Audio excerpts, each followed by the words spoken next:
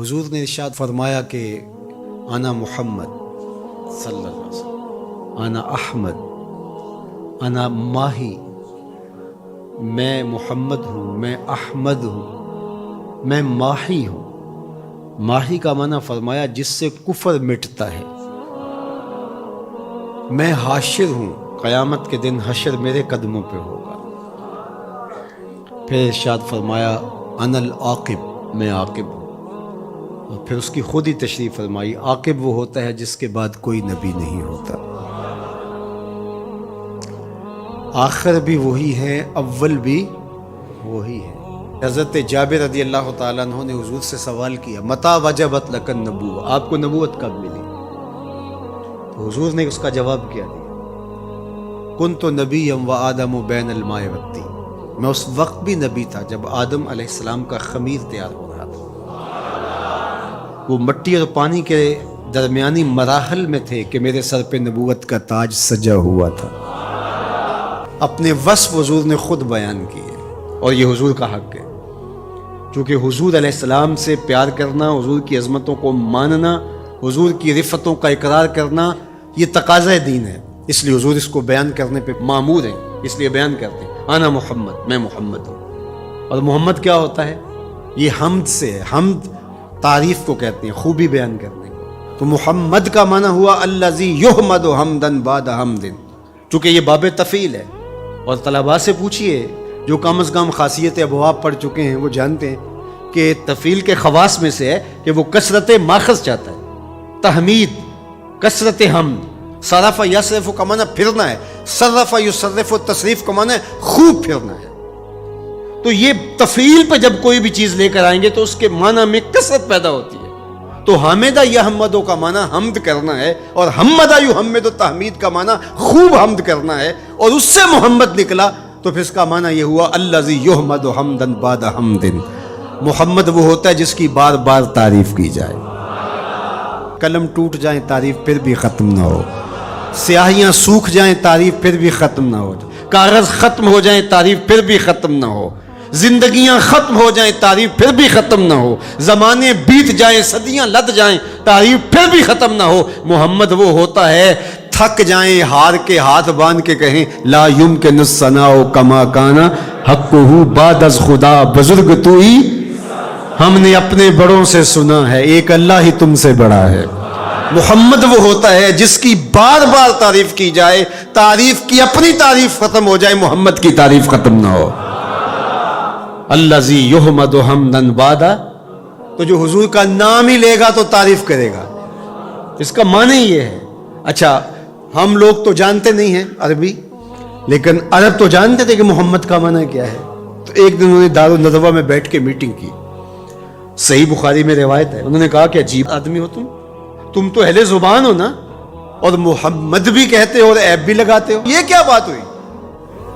انہوں نے کہا یار بات تو ٹھیک ہے، کہا پھر ایک کام کرو، یا محمد کہنا چھوڑ دو یا عیب لگانا چھوڑ دو۔ انہوں نے کہا ٹھیک ہے، ہم عیب لگانا تو نہیں چھوڑیں گے، بغض تھا، بھرا ہوا تھا نس نس میں۔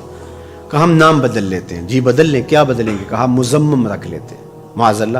تو جس طرح باب تفعیل پہ محمد ہے حمد سے، اس طرح باب تفعیل سے ہی مزمم آتا ہے، اور یہ مزمت سے ہے۔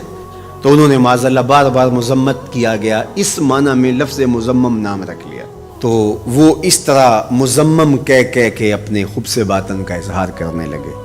تو کسی صحابی نے سنا، دل دکھا، حضور کی خدمت میں آیا کہ حضور وہ مزمم کہہ کے گالیاں دیتے ہیں۔ تو آقا کریم نے فرمایا تم نے دیکھا نہیں ہے کہ تمہارے رب نے ان کا منہ کیسے پھیر دیا؟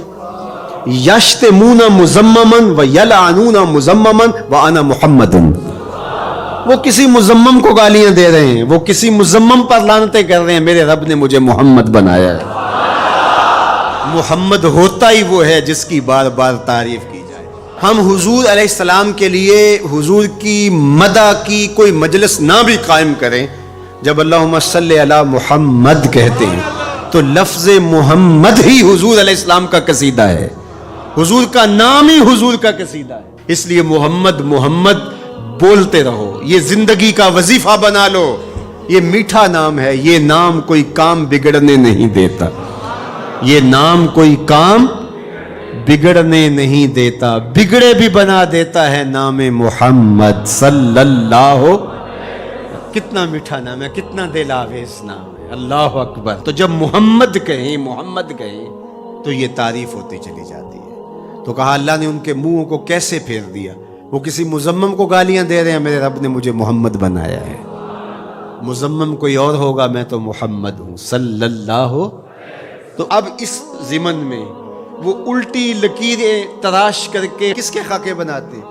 کیا وہ شکل میرے رسول سے مل سکتی ہے؟ ہو ہی نہیں سکتا. تو وہ کسی اور کے خاکے تراش رہے ہیں، میرے محبوب کا خاکہ تو تراشا ہی نہیں جا سکتا. خاکے کیسے تراشو گے؟ رخ مصطفیٰ ہے وہ آئینہ کہ اب اس سا دوسرا آئینہ نہ کسی کی بزم خیال میں، نہ دکان آئینہ ساز میں. مثل تو تب بیان کرو گے مثال ہو تو، اس کی تو کوئی مثال ہی نہیں ہے. ڈھونڈو ڈھونڈو پوری کائنات، محمد کی مثال ہی نہیں ملے گی. رب نے تو اس پیارے کا سایہ بھی نہیں بنایا ہے. تو تم خاکے کہاں سے تراش لو گے؟ تم کسی مزمم کی بات کر رہے ہو. محمد محمد ہے، محمد محمد ہے. محمد کے خاکے تراشے نہیں جا سکتے، محمد کی شبیہ بنائی نہیں جا سکتی. رب نے کائنات میں ایک ہی محمد بنایا ہے. مثل او در عالم مقام متصور نیست، اس کی مثل بزم عالم میں ممکن ہی نہیں ہے. خدا نے وہ سچا ہی پن چھڑیا ہے جدے وچ محمد نو ٹالیا سی.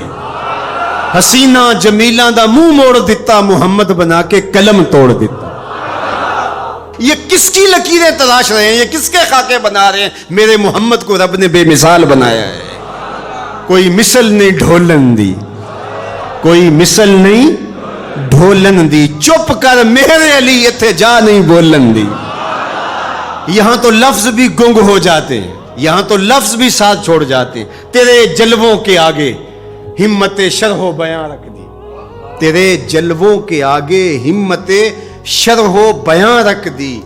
زبان بے نگاہ رکھ دی، نگاہ بے زبان رکھ دی.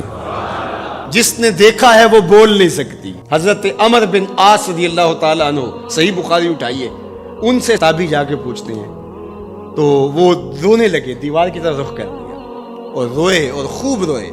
اور پھر رخ پھیرا تو آنے والوں سے کہا کہ لو سئلت ان اصفہ ما اتقت، اگر تم مجھے یہ پوچھنے آئے ہو نا کہ حضور کیسے تھے، اللہ کی قسم میں طاقت نہیں رکھتا. یہ کون کہہ رہا ہے جو شام سویرے دیکھتا رہا؟ پیر وارث شاہ نے بھی قلم توڑ ہی دیا. جنہ ویکھیا نہیں او کرن گلاں، جنہ ویکھیا ہو تے بول دے نہیں. جنہ ویکھیا نہیں او کرن گلاں، جنہ ویکھیا ہو تے بول دے نہیں. جڑے محرم راز حقیقت دے او راز حقیقت کھول دے نہیں.